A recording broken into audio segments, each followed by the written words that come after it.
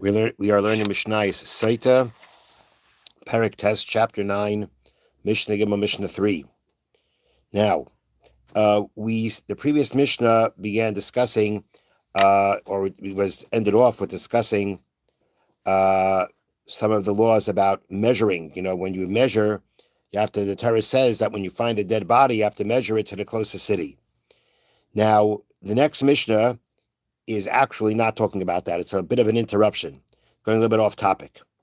And it's not talking about the idea of, as we'll see the case, it's not talking about anything about, this Mishnah at least is not talking about measuring from what part of the dead body do you measure from, which is going to be the next Mishnah, but rather it's talking about a situation, what we call Meis Mitzvah.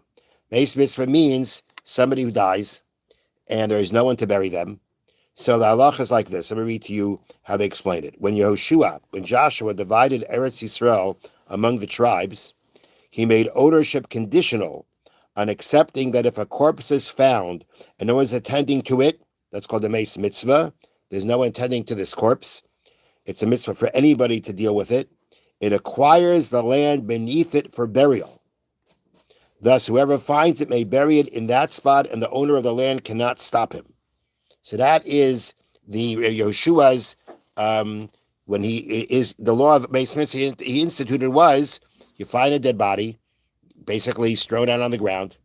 There's no one there to take care of him. You find him, you take care of him. You take care of him means that the spot of where you find him, that's where you bury him. It can be in somebody's private property. Doesn't make a difference. That is the place where you can bury him. Now, if the corpse is that of a murder victim, and it seems that the killing occurred in some place other than where the body was found, we bury it in the place of the killing. If you basically found a body, but you knew or you assumed that where it was found now was not where it was killed, you bury it. You bury the corpse where the person was killed. And that is going to be the following. That's going to be what what this Mishnah, a situation like that, is what our Mishnah is going to be talking about. So nimtza roishe b'makom echad v'gufay b'makom acher. You find a person who was decapitated, and his head is in one place and his body is in another place. Okay, so where do we assume where he got killed? Where is the place that we assume that he got killed? Where his head is and where his body is. So Ma'lichen Haraish Eitzel Haguf. The Mishnah's wording is we take the head to the body, and bury where the body is. David Rebbe Eliezer, these are the words of Rebbe Eliezer. Rebbe Kiva says, Haguf Eitzel Haraish. The body goes next to the head. That means you bury where the head is, and you bring the body there. So Rebbe Eliezer says you take the head to the body and bury where the body is. Rebbe Kiva says take the body to the head, and that's where you bury. What's the argument? What's the question here? So let me read to you here from how the notes bring down from the Bartanura. When a person is beheaded, which is the case here, it is assumed that the body falls straight down and does not move, but the head, after it has fallen, might roll some distance away. Follow that? Again, when a person is beheaded, it is assumed that the body falls straight down and does not move, but the head, after it has fallen, might roll in some distance away. Meaning, basically, in the position where the person is beheaded, the body falls straight down, and the head is what can move away. And Rebbe Eliezer says that is what we work with when deciding where to bury this body.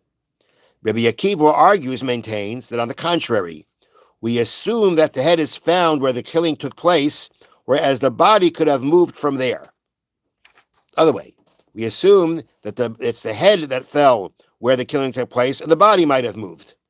Now, what would be the scenario for that? So in the brackets they bring down here, if the person was running from his attacker, his momentum may have caused his body to fall a short distance away from the place of the killing. Meaning, the question here is, what scenario, we don't know the exact scenario here of how this person was decapitated. We don't know exactly what it is.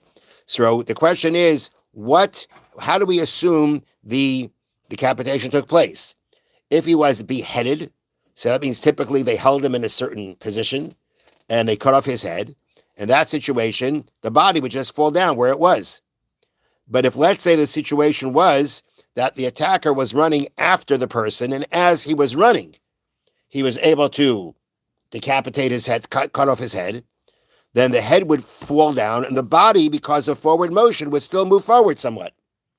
And therefore, in that situation, it's the head that falls where the person where the death took place, where the killing took place, and the body may have moved from there. So Rabbi Akiva holds that is the assumption, that's the situation that we presume in this kind of case, and therefore we bury, according to Rabbi Akiva, we bury the body by the head. So the argument between Rabbi Eliezer and Rabbi Akiva is, the way I understand it, is how in this kind of situation, how do we presume that the killing took place? Did it take place in a way that it was the body that fell in place and the head might have moved, and the head moved? Or did it happen in a scenario where the head would fall in the place where the killing took place, but the body, because of forward motion, would keep going forward, and therefore it's not in the place where the killing took place, and therefore you move the body to where the head is to bury everything. Have a wonderful day. Thank you, Rabbi.